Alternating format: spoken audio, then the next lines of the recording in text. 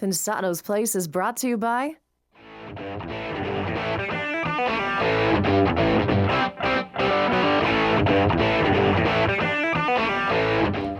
First show was so nice, we decided let's do it twice.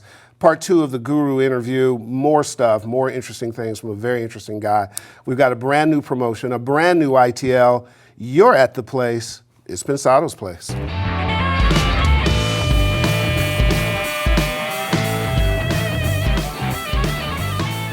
Hey everybody, welcome. Thanks for hanging with us. What's up, Herbert? I'm good. How are you? How's your week?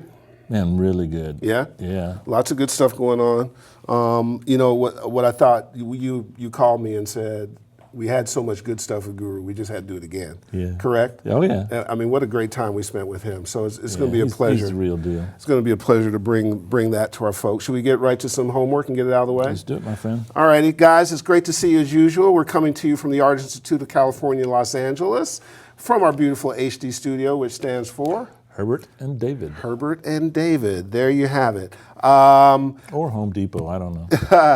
Shout outs to our friends at Avid and Vintage King. The Avid Show special is coming up very soon. I can't wait. We're going to get in Dave's room and drill down on Pro Tools 11. Vintage King, as usual, just wonderful partners in crime. We are working out some very interesting stuff to head down south. One of our old friends, Isotope. They've always been partners in this show. All of our guests love their product. Dave, you're a big fan of their product. I use everything they make. So we're going to run a special campaign on their new product called RX3. We're going to talk to you about it next week. They're doing something very cool where a bunch of you can win stuff every week. They're actually getting us a wheel where we're going to spin that wheel and pick the bundles that people can win. Don't you? As soon as they called me, I said, sold. So stay tuned. The RX3 is very special. It's got a bunch of very interesting new sort of abilities and stuff that makes this plug-in very, very special. What's your general sense about Isotope anyways? Well, one of the things I like about any plug-in company that can make things that don't exist in the real world, like we've got a lot of emulations of analog stuff, and Waves make UAD. They do that very well. I'm not saying anything negative about them, but Isotope just goes out there and just makes stuff that doesn't exist. And to me, I love that too, because it allows me to personalize my mixes and make them unique and different and new. And remember, it's always better to sound new than sound good. That's right. So but do both if you can. There you go. Bunch of new features in this. We're going to delve into it in the upcoming weeks. Why don't we get to this Guru stuff? Introduce our ITL. Our good buddy Colin McDowell over at MCDSP sent me a couple of plugins that I have to share with you. These things are game changers. So we're going to break down the SPC 2000 and the AE400. Very, very usable. Check it out. Dave Pensado again. What's up? I'm going to show you some new plugins that my friend Colin McDowell over at MCDSP sent me. Pretty powerful stuff. I think you're going to really enjoy some of the concepts that we're going to show you, and specifically these particular plugins. So we're going to go over the 6020, which is a companion piece to the 6030 plugin, and then we're going to go over the AE400, which is my new favorite, most favorite EQ in the world. It's the Swiss Army knives of EQ. Okay, let's jump right in. I love this plugin. I think of it as an equalizer, and then I think of it as an equalizer that I can mess with the frequencies. I can have them do different things once I set them. I'll show you what I'm talking about. There's a lot of problems that this plugin solves, but it also has a lot of creative things that I like about it. I'm going to sidechain it with the bass, with the kick. So here's my kick.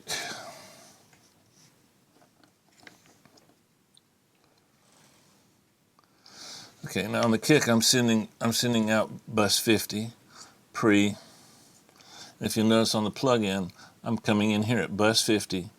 I've got this set for external and this set for external. Now, the plug-in itself is on the bass. You see right here? Here's the bass. Okay, now let's listen to the kick while we're doing this. So let's take the plug-in off. All right, check this out.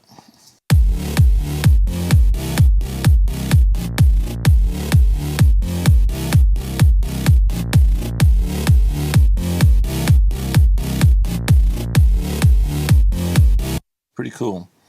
All right, now what I'm going to do is I'm going to take this frequency right here. Now this blue one goes, you can see it right here. Here's 100. Oh, here's this little peak here is at 45. Here's the number here. Kind of a medium Q, and I'm raising it about 4 dB. Now I slid this little bar here up, so I'm in expansion mode on this particular frequency. I've got everything set. I'm telling it to get its information from the key external, so it's getting it from bus 50. Now, okay, so let's check it out with the kick drum, and let's mute this. Now I've turned off all these. I've turned off number 2, 3, and 4. So all we're doing is we're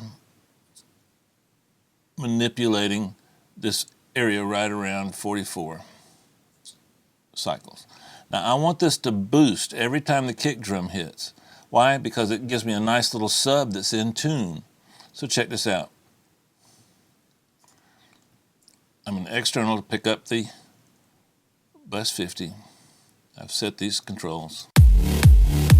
That's right here.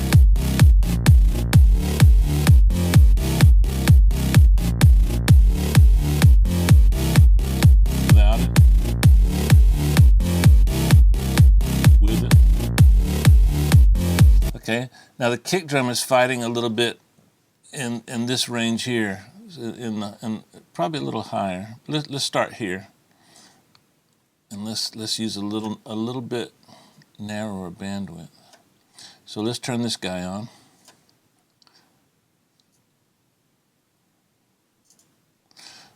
Okay.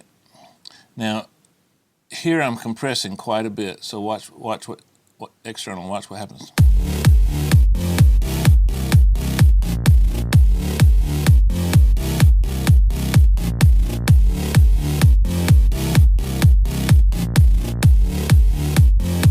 Remember a while back when Jason Joshua said that he likes to sidechain not the entire part, but just certain frequencies. Well, you can choose whatever frequency you want to dip out in the sidechain here. Now, I've also just doing some simple boosting up here. Let's check that out. So looks like I'm boosting quite a bit, right around 22. I'm guessing that's too much. So let's check that.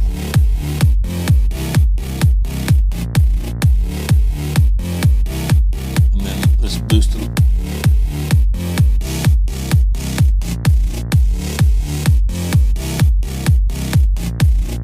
Move this down. I look a little more ground.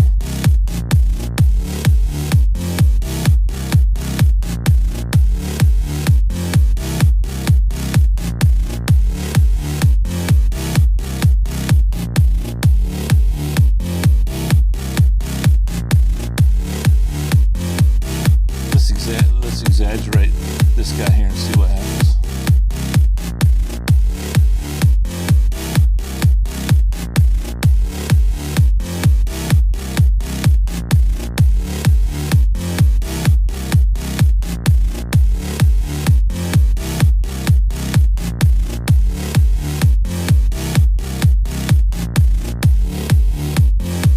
You can see, man, this thing is like a beast. And it sounds good. I mean, it's got a little color to it. It's got mottled saturation. This is another use of this plugin. I'm telling you, this thing is a beast. So I've got this vocal. Diddy the city, I want that kitty. Diddy the city, I want that kitty. Diddy the city, I want that kitty. Diddy the city, I want that kitty. Diddy the city, I want that kitty. Diddy the city, I want that kitty. Diddy the city, I want that kitty. Diddy the city, I want that kitty. Diddy the city, I want that kitty. Diddy the city, I want that kitty. Diddy the city, I want that kitty. Diddy the city, I want that kitty. Diddy the city, I want that kitty. Diddy the city, I want that.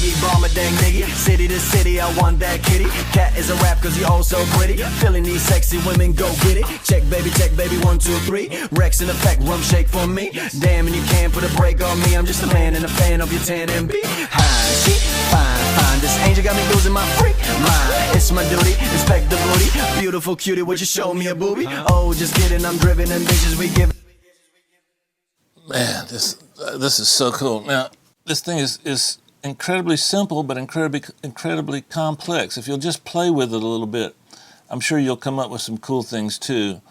The main thing is it just sounds good. The second thing is you can do so much with it, and not just do it average, you can do it as good as anything.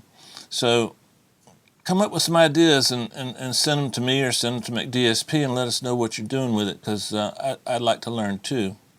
Now, you know, sometimes I use the Wave C1SC to take out some 2K. You can do that so easily with this too. You can take this guy, move it over to over in the 2K range. You know, dip it down, and basically do like the de-esser, except you're D2King. so you can do so much with this plugin, one plugin. There's another plugin I really like, the 6020 EQ. I think of it as kind of a companion piece for the 6030, which is, oh gosh, what a great compressor. It's a new concept. Think of it as kind of like a 500 series rack where you get 10 compressors in one little 500 series. Now, here's a vocal. This is my friend Viper. Same group, same song. You'll notice a little bit of distortion on the vocal, but that's okay. It's hip hop. Here's my compressor. Watch this. Baby, we can do anything that you love. Baby, we. Okay, that's one I like. Now let's check them all. Baby, we can do anything that you love. Baby, we can do anything that you love. Baby, we can do anything that you love. Baby, we can do anything that you love. Baby, we can do anything that you love. Baby, we can do anything that you love. Each compressor gives you a different vibe. Some of these are vintage, some of them are boutique pieces of gear, and some of them Colin just made up. But all of them, Colin, he kind of made them his own. Now, Colin's a very musical cat. He's a musician. He actually uses this stuff. So when he tries to take it to another level, you have to pay attention. Now here's the thing that we came to see today. Here's the new 6020. I think of it as kind of the companion piece with the compressor. You get 10 compressors, you get 10 EQs. Now I kind of dig this one. Baby, we can do anything that you love. Baby, we can do anything that you love. Baby, we can do anything that you love. You know what? I'm going to take this output down a bit. Baby, we can do anything that you love. Baby, we can do anything that you love. Okay, here's the E300. It's a little smoother. Baby, we can do anything that you love. Baby, we can do anything that you love. Now here's the 357. I like this one too. Baby, we can do anything that you love. Baby, we can do anything that you love. Baby, we can do anything that you love. Baby, we can do anything that you love. Baby, we can do anything that you love. Baby, we can do anything. So lots of processing, lots of just musical things, you know. And here again, don't flame me for all this distortion stuff. It's not really audible. And if it is, I like it. The redder, the better, like Ed C. always said. So, kudos to Colin and the gang over there for giving us tools that don't exist in nature, which I love, as you know. And I like both. And, man, very musical, very usable. I could show you examples of using these on 100 different types of instruments, but the thing about having a 500 series rack of 10 different, very usable compressors and equalizers is pretty cost effective, actually. So if you've got an iLock, grab the demo on these things and just run them through their paces. And Colin is a guy that likes to hear from you guys. So tell him what you like, tell him what can be improved, tell him what to do next. He's a very service-oriented cat, and if you think something really cool, secretly send it to me first, though, so I can send it to Colin and pretend like I did it myself, okay? Thanks for checking out this Into the Lair. Keep in mind that this is part of Pensado's Place episodes. You can find those on the YouTube channel. Run down there and subscribe. That really helps us out, and then you can see all the shows. Don't forget our website. We've got a good index of all the shows there, too. All right, guys, next time.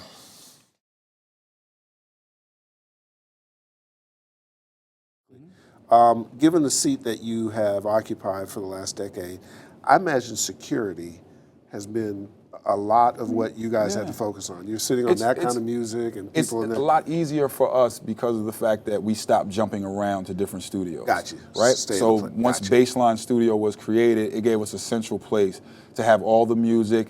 I hated the fact that I used to work on different sessions and they'd like sit in the closet at Hit Factory and sit in the closet. So I always wanted to walk out with my reels. Right. Because I'm used to do the same thing. As an assistant in a studio, I'm like, okay, what reels are in here? Right. Let me go in here and just like practice my mix. Sure. I didn't want guys to have access to my stuff. Right. Then, once we started doing everything in the computer, then it was like, okay, just make a backup and I have access and this person has access and that's it. Gotcha. The one thing I will tell you is that we never transfer files over the internet. Period. Period. Because that's It going just, to leak. I don't care if you're doing iChat or whatever, I just don't do it. Right? If the hard drive, and then a lot of times I would be so scared of I would take whatever the main computer is offline. I'd never have that computer online while we're working because I bow down to the fact that guys are better than me at writing computer programs. So what's to say that you can't hack into my computer? Absolutely. I'm not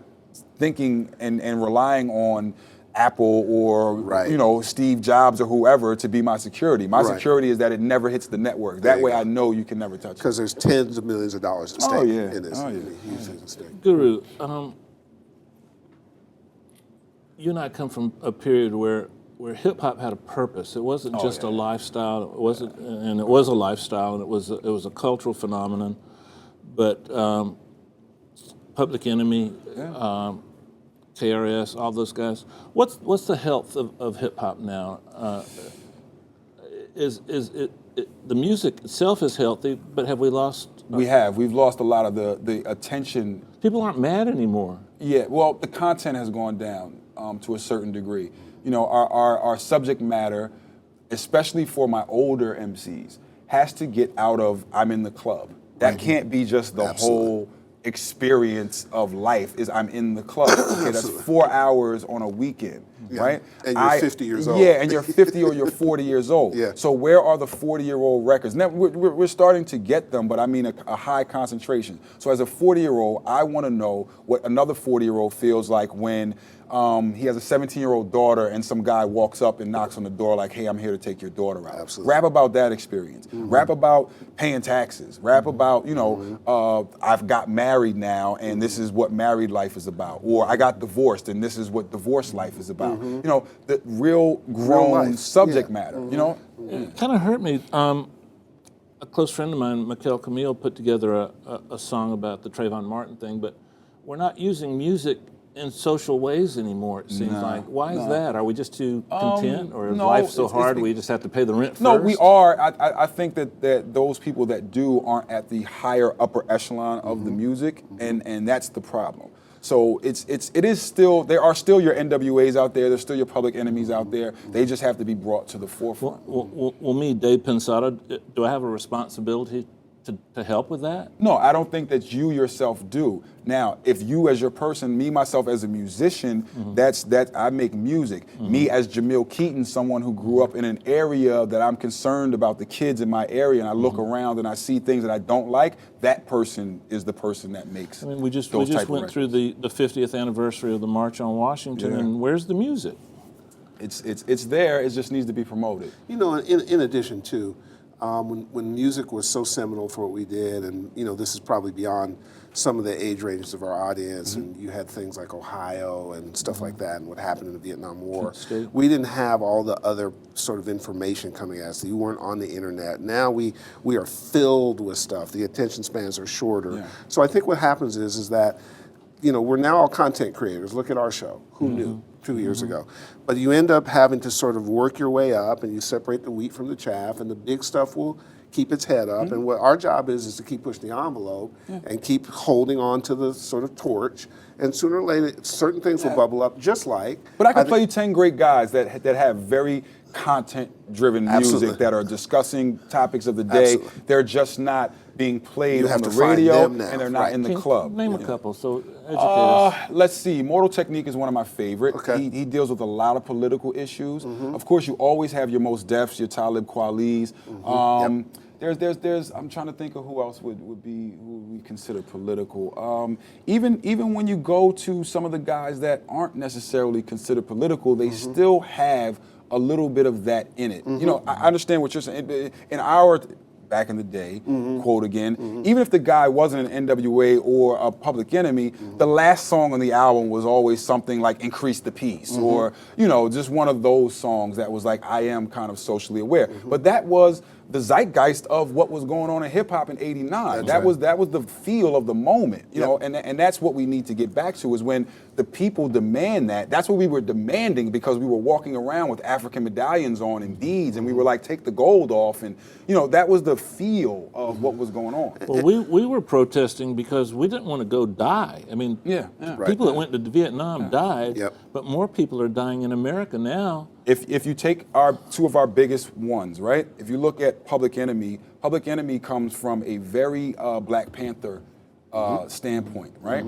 And if you look at NWA, people would say, oh, they represent gang culture. No, they represent the bastards of the party. There's a very good program called Bastards of the Party, right? That shows you where gang activity came from after that the party was wiped out. Its title is impeccably perfect. So if you take away all the males and you take everybody out of society by either killing them or locking them up, then you're going to have bastards, kids with no fathers. And this is what happens, right? That's what NWA represented. So it's like, it's the same thing from two different perspectives. As you get ready to tee up batter's box, two quick ones. If you get a chance, the other night I was watching, it was a while back, there was a documentary about the riots around Rodney King and its impact musically, because it was when Dr. Dre was doing the Chronic. Absolutely. And what ended up happening that people don't know about is that this great feeling of unity happened because of the strife. It then got transferred into the studio when he was making that record, and people around him said, that strife made that record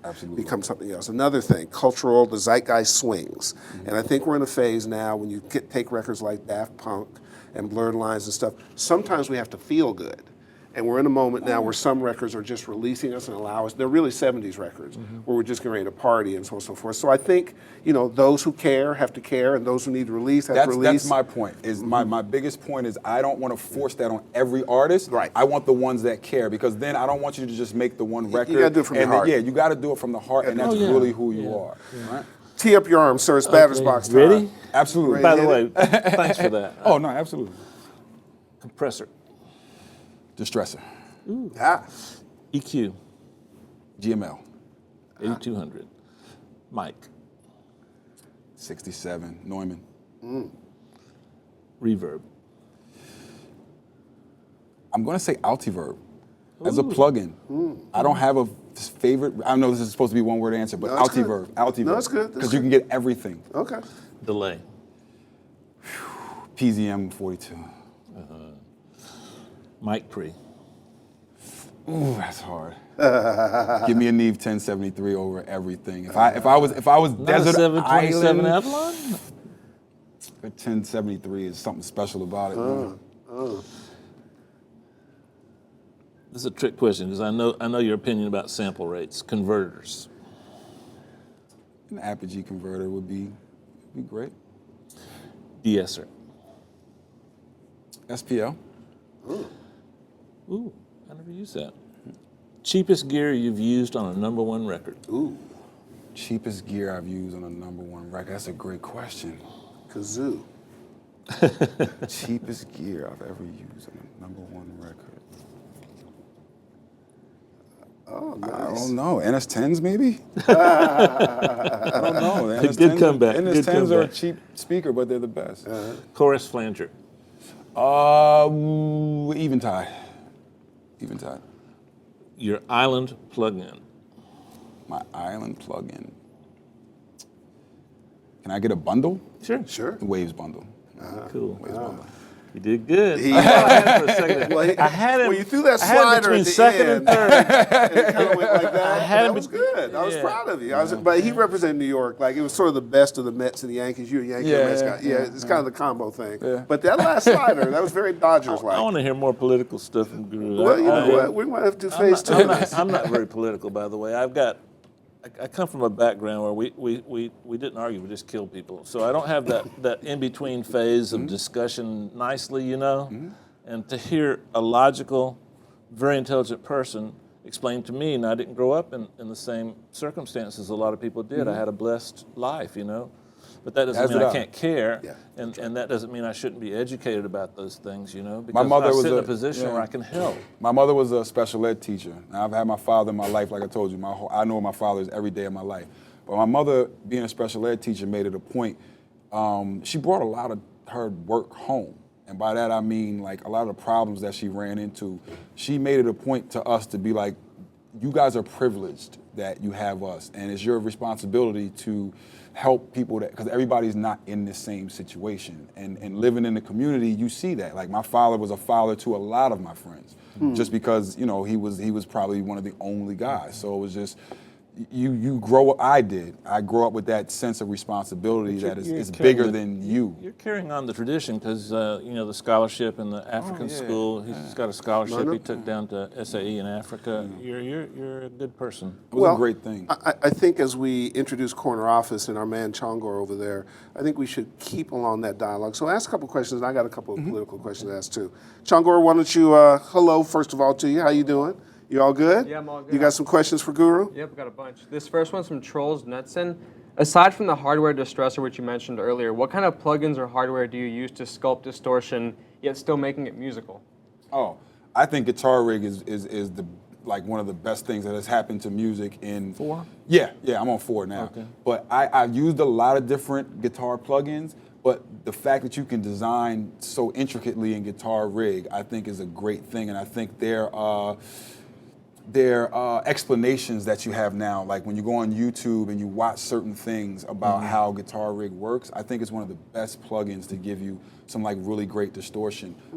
But another trick that I do, I think people don't use the room that they have enough. And when I say the room, like, you can listen to certain like Motown records and hear like, okay, they took the speaker and put it in the hallway. You know, they just put it in the hallway and recorded the reverb or whatever. Like, you still have real spaces that you can play around with. I don't think people do enough of that because they're focused on looking into a screen. Yeah. Even your bedroom, the outside, your bathroom is one of the greatest places for play with that stuff. My room at Enterprise was perfect for that. I'd take the mix or parts of the mix, like the drums, and I'd took 2 Artones and set them on the glass facing away from me, and then out in the studio area, and then I'd put 2 mics, 414s in front of that, and then I'd mic that and mix that back in, and yeah. I think guys that have always been in the box don't realize how good it is to push air. I'm glad I forgot about it. I'm glad you reminded me of that. Great question, Chongor, Chongor. another one? From Pismo's show, how do you approach mixing the low end knowing that the song will be limited to commercial levels? Do you change your approach at all?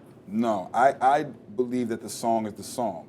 So I present the song the way that I want it, and I know there's a big thing, or used to be like, oh, we're making this to cut vinyl, so we're gonna do this, and we're making this to be specifically on the radio, so we're gonna do this. No, I mix the song the way emotionally I think it should feel, and then if it needs to be like some adjustment for someone to cut, then you do that, right? This is how I think the song should sound. Amen. Chongor? Juan Antonio, what are some sonic characteristics that hip-hop producers should look for in drum samples that make them easier to fit in a mix? Just that they pop. I don't know if there's a way to make it easier to fit in the mix or answer that question without knowing the rest of the material that's going on top of it. But one thing that I will say is that tuning of drums is one of the biggest things. Yeah. You can take a drum that you've already sampled and still tune it to fit whatever you're fitting that around. And I think tuning of drums is sort of, and I mean drum samples. It's very normal for a drummer to come in and tune his own drum kit to the song. But if a guy's like pulling up samples that he has, you know, most people now have like this huge library of thousands of kicks and snares, right? And then you need to tune that to whatever you're doing. Herb from LA wants to know. I read someplace where you said Jay-Z was a great boss. You learned a lot from him. What's he learned from you?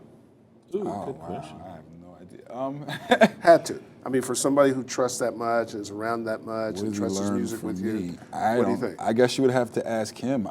I appreciate the fact that he lets me let me answer work. that. Like I've worked for a lot of people that don't let you work. Yeah. That are like over your shoulder, and Right. it's sort of like you're asking me to taste my meal while I still have it in the oven, and I Right. haven't put my spices on it yet. You know, let me say this is the meal. I like bosses like that. I bet he would say that he's learned the value of loyalty, because that cat over there is loyal to No doubt. Jay-Z beyond a doubt. No doubt and about that loyalty stimulates trust. Trust and loyalty is, I bet, what he'd say. Chongor? This one's from Karosh. What traits do you find common in successful engineers? That's a great question. That they listen, number one, to the song, and that they approach the song based off of what they hear, not this cookie cutter, like this is my sound and I'm gonna fit this song into my sound. The very first thing that I do when I get a song that I haven't recorded is push all the faders up and listen to the song. Tell our audience, we have a mixture of aspiring folks, some who like it just as an avocation, we have pros, we have all kinds of different things. What is the value and balance of education as opposed to, you know, sort of peer-to-peer learning? Don't you have to combine all that? Don't you have to stay curious?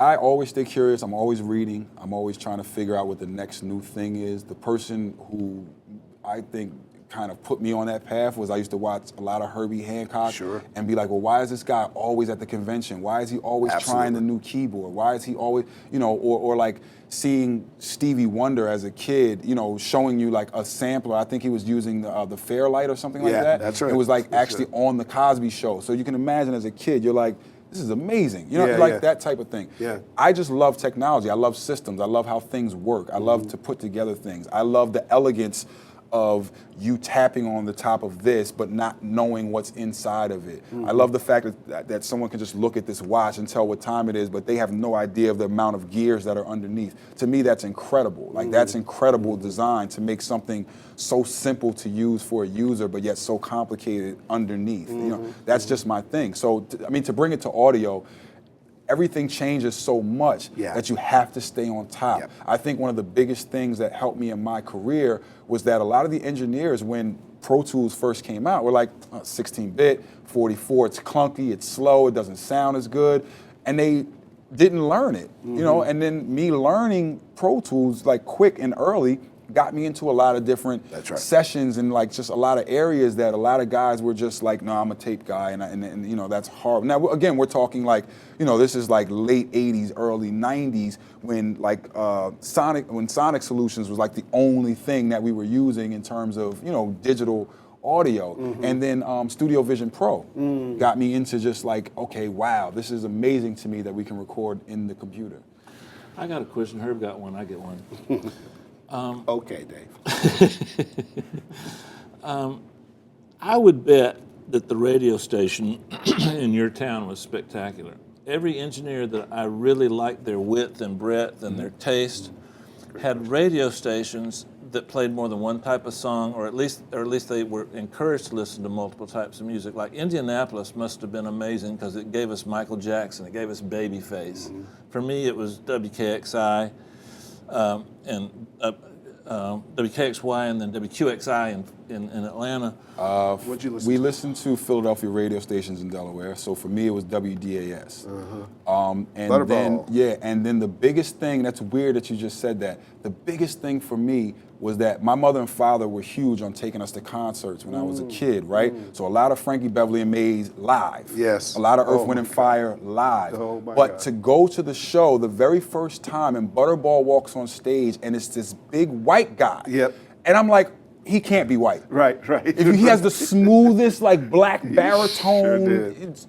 nighttime slow jammed voice. That's right. And then you see him, and he's a big white guy, and then he has all these black women love it. I was like, this guy's amazing. You know, Yeah, that's true. Butterball was amazing to Yep. me, but that was the normal like thing. And then my father was a very big Parliament Funkadelic guy. Sure. And But you obviously got exposed to some just Oh, classic yeah. pop stuff. 'Cause I had a great experience of growing up around a lot of different cultures. Wilmington has a huge Spanish community on our west side. I went to school with a huge like Jewish community. So a lot of that like 80s rock and just like old 70s rock, that was, that's what was being played around me. I was sort of the guy playing them hip hop as they were playing me some of the like older rock stuff. And we would just trade off. It was like if I'm on a basketball team with somebody and we're driving in the car to go get something to eat, he wants to listen to this, I turn him on to something he's never heard.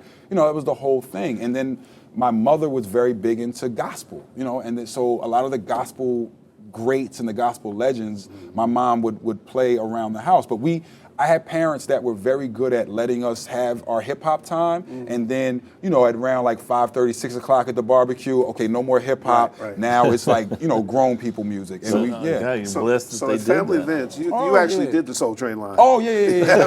A lot of music. My father was huge into just so many different groups. Changar, one more before we wrap this incredible answer. time up.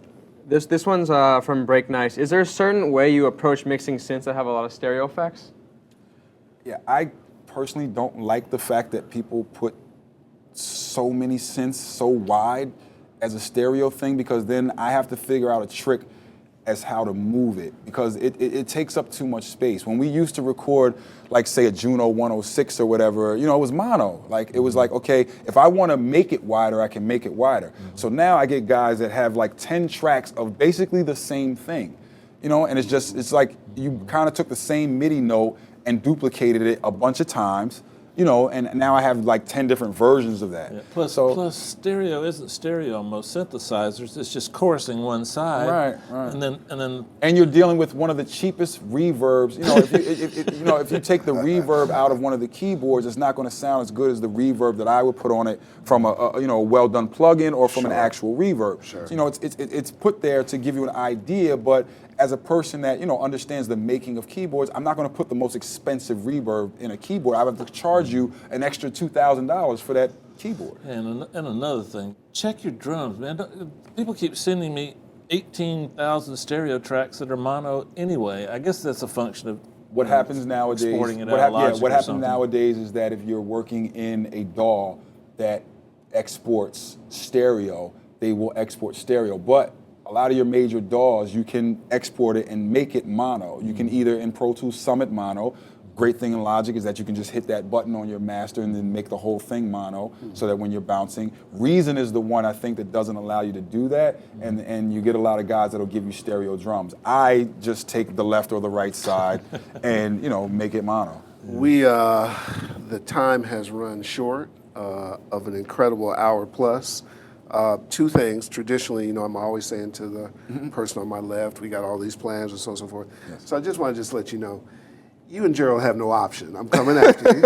I've already told Gerald, shout out to your camp. Shout out to my camp. They Who is work doing hard. a fantastic job with you as somebody who likes brands and loves talent. They work hard. They're doing a great job with you. I know we watch each other. Yeah, absolutely. You guys watch us, we Yes. watch you guys. We like that.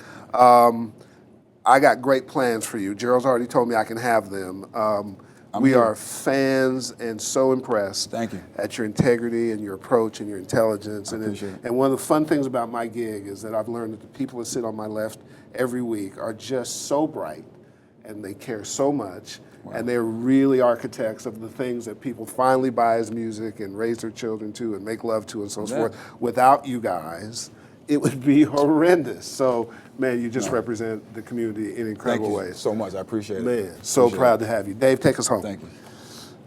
Guys, sitting across from Guru, I started thinking, and like, his records sound like him. So what does that mean? That means if you don't go through life and gather experiences and some hurt and some pain and some good things and barbecues and Soul Train dance lines, how do you expect to sit down behind your DAW and mix something that someone wants to own? I mean, you've got to have these things in your life so that you develop a personality and you develop taste. And it's hard to articulate. Rewind this tape and just study him, and you'll see how he comes through his mixes, and that's a function of his life experiences. So go out there and get some life experiences. And life experiences don't come from video games. They come from just going out in the world and getting your ass kicked around, and every once in a while you can get some good ones from a 50-year-old white woman. So Wait, before we go, hold on. Oh, wow. Wow. We Remember? were so deep. Yeah. These are headphones that I designed with III. Yeah. Real quick, these were done because I looked at the marketplace and was like, okay, everyone's trying to enhance music, which makes sense. You have MP3s, so you want to enhance them so they can hear what you hear. Yeah. These are for us. These are for the person who wants to do critical listening. They are not to enhance the music, they are to give you a true representation of the music so that you can then mix inside of your headphones because we have so many kids that are making music in their bedroom and may not have access to a real studio yet. Right. So this is for you to have a reference so that would you you can compare get a little those closer. to what you would get if you had a pair of NS10s or a pair of... That's I say they're NS10s on your ear. That's exactly how I describe I've them. tried that. It hurts. And to your wrap-up point, these reflect real life. Say goodbye so we can get out of here. I can say bye twice. I can't top the white woman joke. We beat that one to death Okay, today. just say goodbye so we can go. Goodbye, everybody. All right.